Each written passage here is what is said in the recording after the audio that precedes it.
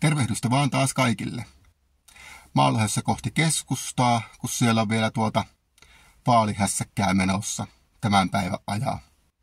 Mutta sitä vaan tulin tällä kertaa sanomaan, että kun pohditaan, että mitä lapset ja nuoret tarvii siihen, että he voisivat hyvin, niin se yhtälö on loppujen lopuksi aika yksinkertainen.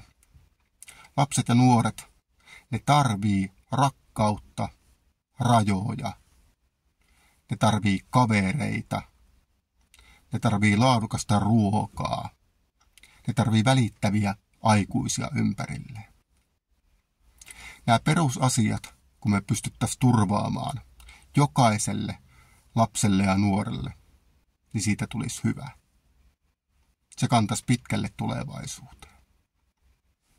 Mutta joo, eihän sinne mitään, niin palataanhan taas asiaan. Moikka!